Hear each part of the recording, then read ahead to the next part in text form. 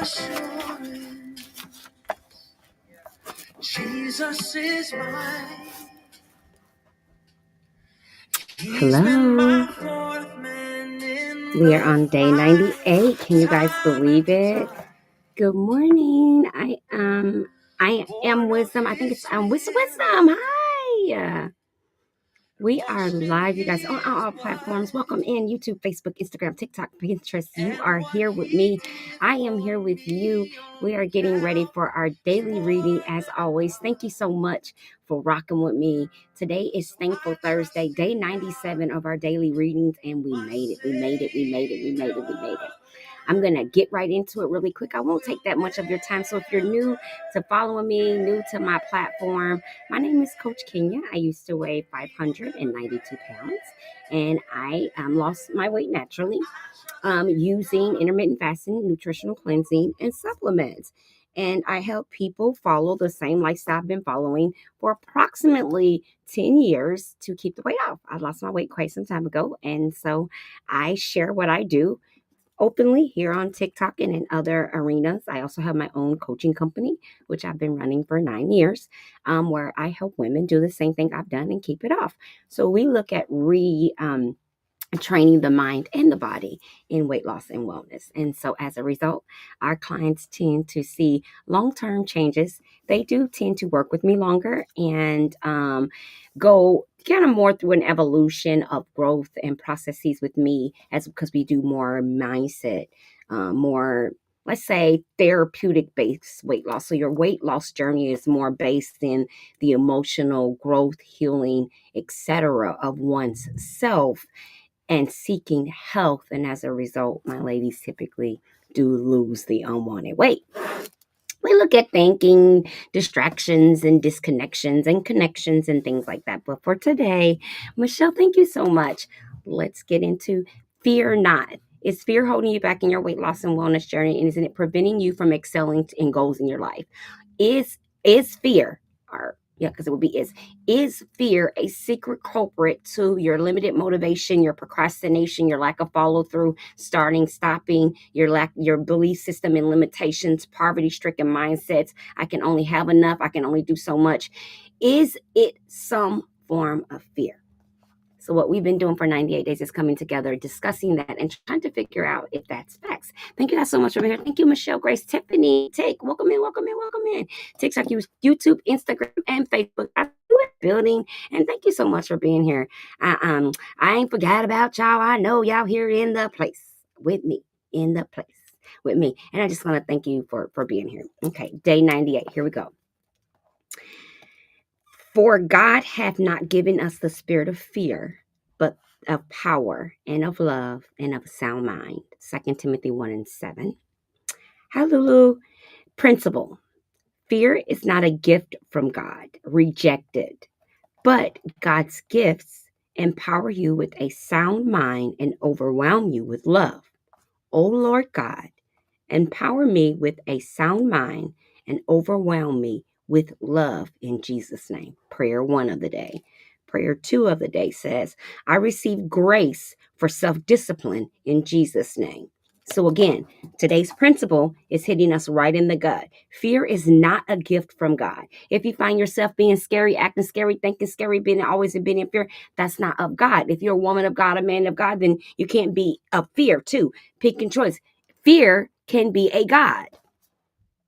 Some of us are serving the God fear. Kimberly, hi, beautiful. God bless you, my love. Some of us are serving the God of fear and not a God of faith. And so it's easier for us to become distracted on our weight loss and wellness journeys because we get in fear.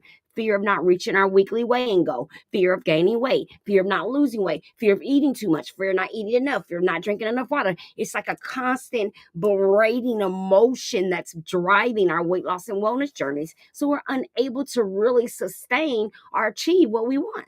Why? Because this fear, this thing that we can't grab it, we can't feel it, we can't touch it. We just know something ain't right. But we're still going. So what we do instead, we flip that on its backside and say, I call you out because I know without a shadow of a doubt, all of I've accomplished in my life, I'm not feeling so good. Kimberly, I'm so sorry. I'm so sorry you're not feeling well, beautiful. I'm so sorry to hear that. Try to rest. Rest is the number one thing usually when we're starting to not feeling well. Rest.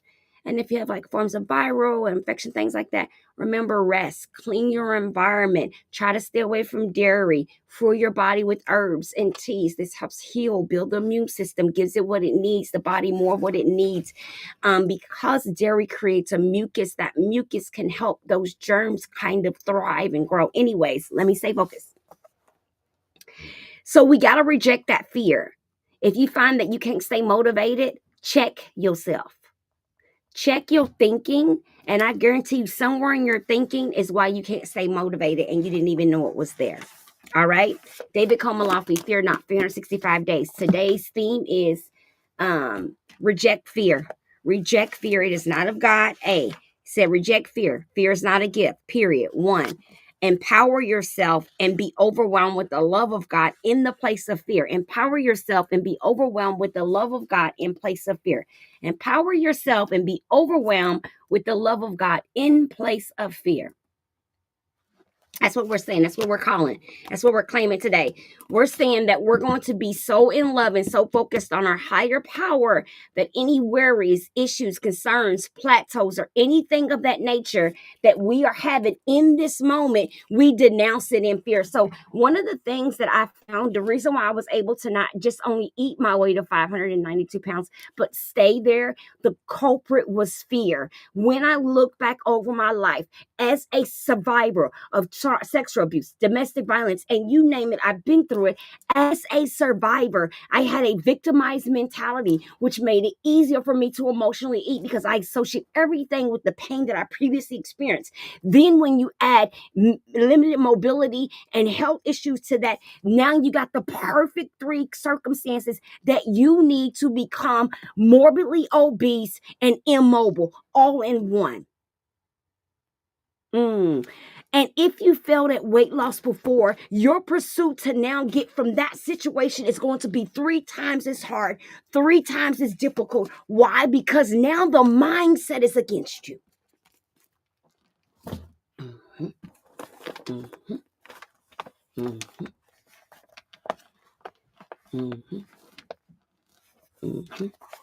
March 13th. The next book, first we read from David Komalafi, 365 Days of Fear Not. If you're not currently following me and you're feeling this vibe and this applies to you in your journey, I want you to go ahead and hit the follow button, follow me, tap up the like button, because what I do is I come here every day. I'm not going to beat you in the head and ask you to give me gifts or tap the like button or nothing like that. I don't do that the whole time. I'm literally here to try to give you some of what I've been able to obtain and sustain for 10 solid. This week, 10 years ago, I walked away from my own death.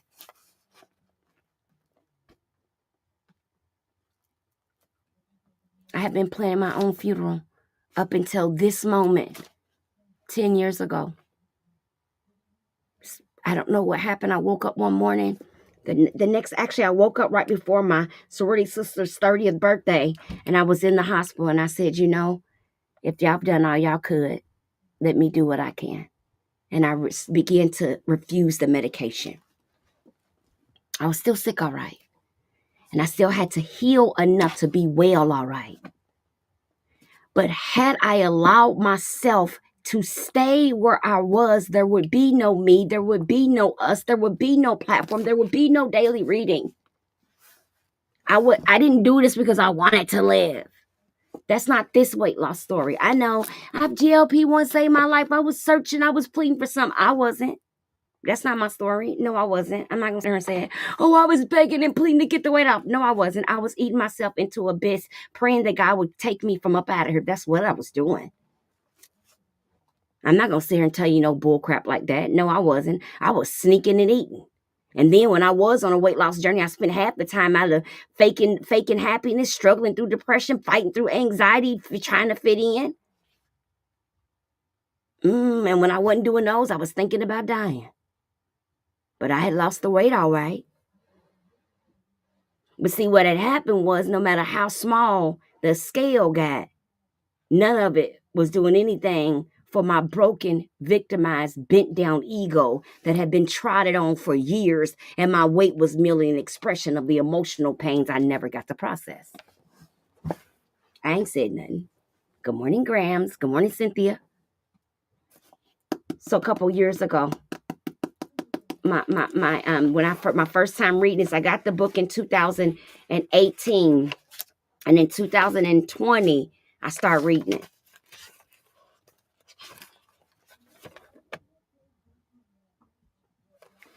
On 10/24/20, it says, today I finally started reading this book, Fear Not. Fear has driven my whole life. I'm searching for freedom from my Father in heaven in Jesus' name. Set me free, God. That's what it says. And I've been reading it and starting over and reading it and starting over. And if I miss multiple days in a row, I go back to day one. Because I gotta get it. Because fear is my biggest problem. Fear and thinking are my biggest problems. If I'm not afraid of it, I'm overthinking about it. My two biggest problems. Fear in the way that I think. You know, I used to think it's my drinking that was my problem, but it's not my drinking. It's my thinking. It's not my eating that's the problem. It's not the food that's the problem. It's my thinking. See, this is true for many of y'all. It's not the food that's the problem. Well, the food is the problem. But what I'm saying is it's the thinking around what we eat sometimes. You see what I'm saying? What has happened is we've developed an attachment or disattachment to this thing called nutrition.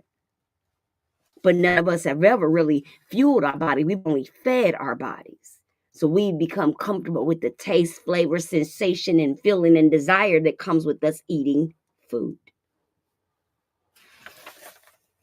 Still to this day, people tell me they ate McDonald's like it's a meal with nutrition in it. And that cracks me up. March 13th.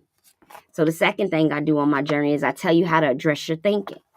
Some of us have experienced so much pain that it has taught us to behave a certain way, to think a certain way, to live a certain way, to act a certain way. And we think that is the only way we can be.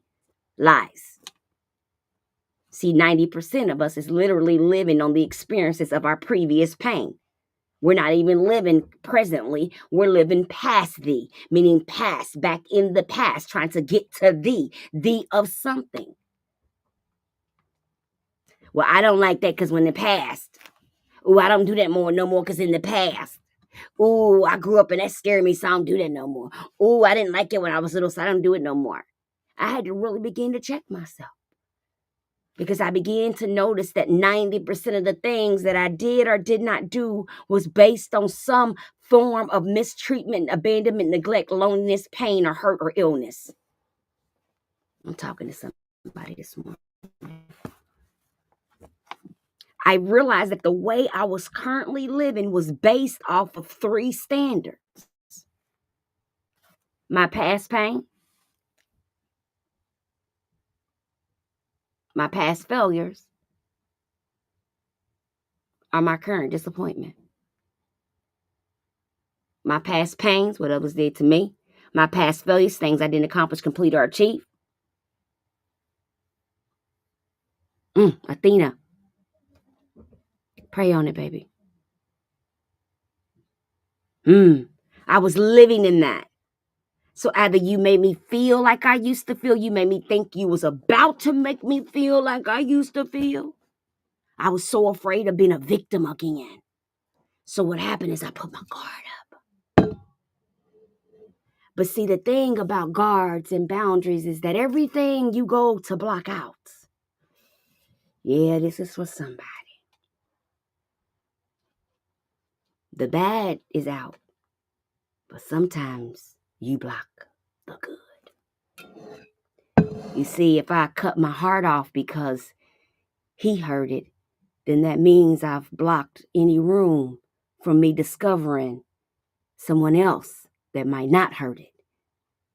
If I take my heart into a room with the same pair of sunglasses that I wore in the previous room, only thing I've did is switch the outfit I'm wearing. Hi, Exquisite. Thank you so much for the likes. Thank you for the love, beautiful. Thank you. Akia, Kunta, hello. Kunto is how you say Kunto, Miss Kim.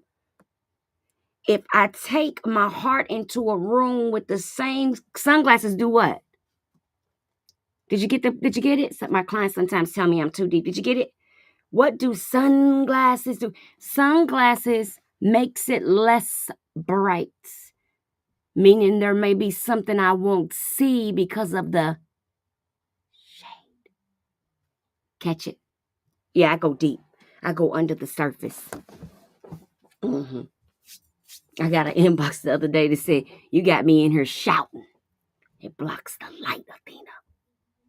So if I take my heart from pain into the room with the same sunglasses that I wore when they hurt me before, I ain't changed nothing but my clothes.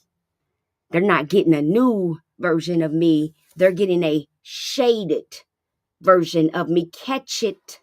See, y'all can't catch it. Y'all don't even know to share stuff like this because it's so deep. Y'all don't even know to save it or screen record it because it's too deep. And what I mean by, I'm not saying you're not smart. I'm saying I'm talking about actually your feelings. I'm talking about how you feel from pain and how your pain from the past can actually have you operating in forms of blockage today. That's actually what I just said. I said a fully unhealed, a broken heart not fully healed is merely shattered pieces. I don't know. I maybe I ain't said nothing. Let me read. I got to go to a meeting. Oh, but I feel it on me this morning. The blockage. And then what happens is we keep meeting new things, new situations, new circumstances, but the blockage from the broken heart that's wearing the sunglasses, which is blocking the light of who? The light of God. We're praying, we're crying out, we're falling on the floor, we're in the shower crying, we're in the tub crying, we in the car crying. We having to wipe our face before we walk in the building from the tears. We broken, all right, and we seeking him, all right. But we don't even realize that we seeking him with our hearts behind the shade, with our hearts behind the covering. He's reaching in, but he can't even get all the way in there because you put up a wall. You've blocked out everybody, including your God. You can't hear me. You can't hear me. I'm talking. I'm praying. I'm fasting. He can't hear you. Oh, he hears you all right. But he can't hear you because he can't see you because you got shades on your heart. God speaks to our heart. Now, I ain't said nothing. Let's see what Melanie said. Melanie is a codependency author. She teaches us how to think. Did you know something as small as a supervisor harassing you at your job can create a sense of fear, mistrust, stress, and trauma in your life, and it can pour over into your family and your home can be perfectly all right, okay? But this feeling and this dis-ease at your job can pour over and have you acting out in your home in ways and doing things and saying things that is not of you, but because of this dis-ease that you're functioning in 8 hours of the day. It's causing a sense of discomfort. You begin to question who you are. You're guessing your moves. You're not sure what to do. You're needing validation for making choices. Yes, it is. Yes, it can, because that's me right now. Oh, hey, right here, right now, right here, right now, right here, right now. Athena, you said it was for you, baby. And you don't even know it. Did you know that you can actually eat over your stress from your job? Did you know that gas station trip in the morning and the one in the afternoon is how you learn to prepare yourself for the chaos and to bring yourself down? That is your drug of choice. You groom yourself to ensure you don't eat before you leave home. You leave early enough to make sure there's enough time for you to get exactly what you want, instead of rising early and preparing a meal, because the mindset knows that there's anxiety, you see. And so it needs to do a certain level of soothing. It's not really about the food until it's about the food. It's all the other things we must do in order to consume it. It's called grooming. Mm-hmm. Many of us groom ourselves to you know what? I gotta go. Some of us do the same thing all the time around our unhealthy eating habits and wonder why we can't lose weight. Here's the biggest thing I found with particularly single women. Work all day, don't eat all day, drink coffee, soda, or some form of liquid all day long. Come home, either pick up food or order food or cook food in which you consume a large amount of it, either in your bedroom, in the bed, or on the couch watching um, a rotation of television shows or scrolling your phone. We no longer sitting at the table eating dinner with our kids. Our kids are not even eating at the table with us no more. They eating in their room on their cell phone. We watch devices doing meals. That's why our brain doesn't know what it's supposed to be doing. The area of my brain is supposed to be working metabolically with my metabolic muscle in my stomach to do its job to create the needed acids and acidic level to break down foods, to jump into my biliary tract, the hormones needed to release. It can't do its job if I'm watching TV. How you think you overeat? How you think you get up, you can make a pot of spaghetti and eat 4 bowls of spaghetti before you catch yourself and you about to throw up from being so full? You know that's from sitting and watching TV, right? That's how you can eat if you get a bag of family size chips at the grocery store and open the bag and put it in the middle of the car and drive home. That's how you can eat half the bag before you even get home, even if you live across the street. Because you're subconsciously eating. You're actually subconsciously eating. Your brain isn't even seeing that as food. Y'all know that, right? That's why you can then go in the house. So look, you go to the grocery store, you get the bag of tape chips, you eat half the tape chips, you roll those up, you put those up. You then go in the house, cook a whole meal, and guess what? Sit down and eat the meal. Your brain never registered those chips as a meal, any form of food. Your brain and your body, and I'm about to drop another nugget on y'all. I just fell in my spirit. Some of us, because when we go to the grocery store, we really couldn't afford the groceries. That snacking we do afterwards is financial anxiety. Some of you only overeat around due bills and the end of the month when you're worried about your rent. You don't even know. You don't even realize that during the middle of the month you're on a wellness journey. But toward the end of the month when you're worried about providing, even if you have the means, but because you don't recognize that you're living a form of fear of having lack. I ain't talking about, okay, let me do today's reading. March 13th, connect to creativity. The more open and connected you are to the world around you, the more creative you will become. Athene, I got you, baby. I see you, baby. I see you, baby. You will become more creative in your own growth and in how you live your life. You will be more creative in problem solving, in work, and in play. You'll be more willing to try new things, whether it's learning to play a flute, build a stone fence, ride a horse, or create a Japanese garden in your front yard. You'll find yourself more open in solving problems with loved ones, trying less traditional approaches than you might have considered in the past. You'll find yourself gaining insight, information, and healing from sources you may have previously overlooked. Your participation in all activities will be less controlled and more spontaneous. You will hear the universe prompting you more. You will imagine more. You will recognize the quiet voice of intuition, the voice of your heart. You will see possibilities. And because you are open to your heart, the guidance of your inner voice, you will know what to do and when to do it. The more connected you are to the universe, to life, to yourself, the more creative you will be. Melanie Beattie, Journey to the Heart. This is my other favorite book, Athena. I think Isha, you asked for the other book. Here's the other book, Isha.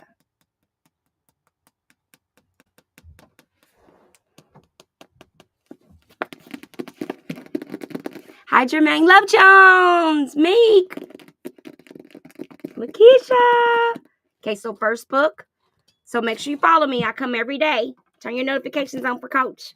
Because, baby, listen, one thing certain, two things for sure. I'm going to motivate you, baby.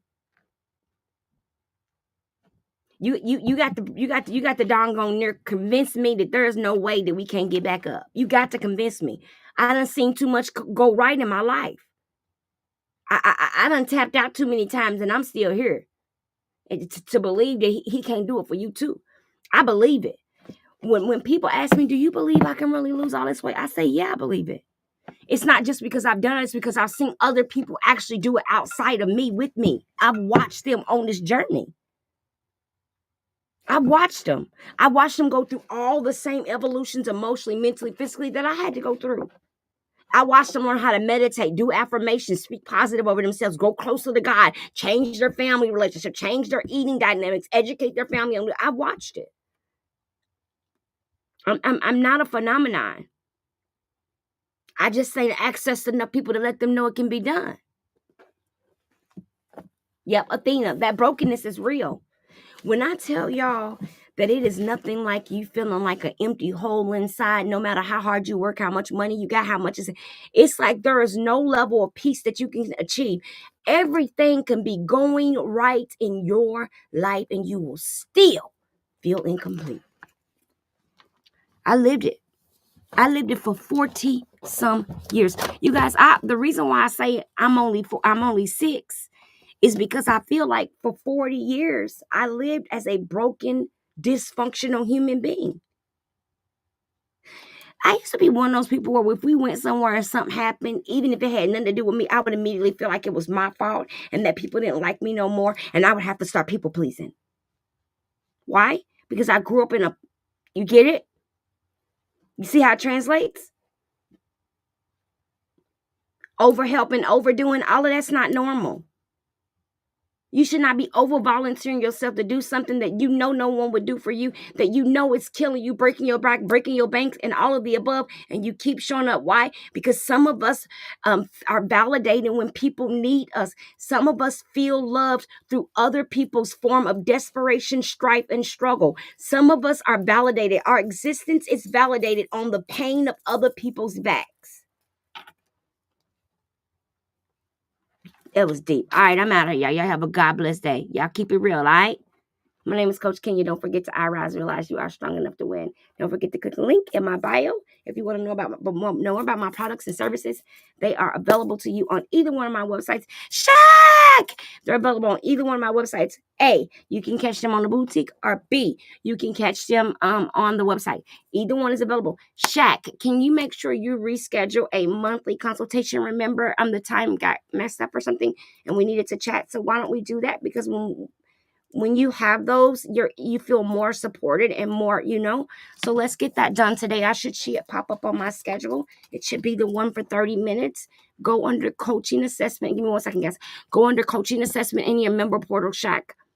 Okay? And click the link for the one-on-one. Or maybe go to your email and look for one-on-one assessment and reschedule that appointment, okay? Because we really need that for you. So that we're constantly when we get a weigh-in, we get a check-in, we got to, so we like back to back. So like, say, for example, if something don't change, we'll know why, because I'm on top of that assessment. All right?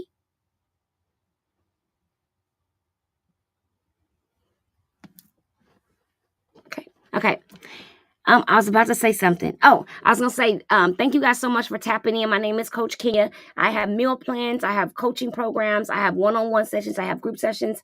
I have all of these amazing products and services only available to those who are ready, because my program is kind of like going to college. You definitely got to be ready to grow, to learn, and to love yourself over here. I work with both men and women. I have 3 guys that I work with. They think I'm pretty cool. They say I remind them of like an auntie or a mom. I don't know if that's good or bad, but since they're a little bit older than me, I think it's a compliment. So I have an old soul because of my life experiences. Hello, Kathy. Hello, Ron. Because thank you, Ron, for the follow because of my life experiences. But with that being said, thank you guys so much for tuning in today. I love you guys I used to say I never wanted to say to the moon and back, so I'm going to change that up. I love you guys until I see you again, where we can build more love together, more unity, and more grind to make this thing happen. It's not about what I'm doing. It's about what you willing to do for you, regardless if I'm on this camera or not. We not here for the wrong time. We not here for the strong time. We's here for the long time. See you tomorrow.